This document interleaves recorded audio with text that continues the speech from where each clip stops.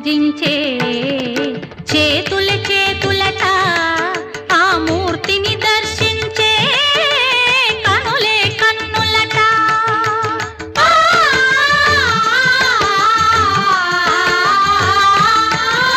స్వామిని పూజించే చేతుల చేతులట ఆ మూర్తిని దర్శించే కనులే కన్నులట.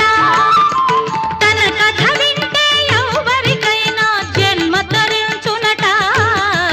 శ్రీ సత్యనారాయణుని సేవకురారమ్మ మనసారా స్వామిని కొలిచి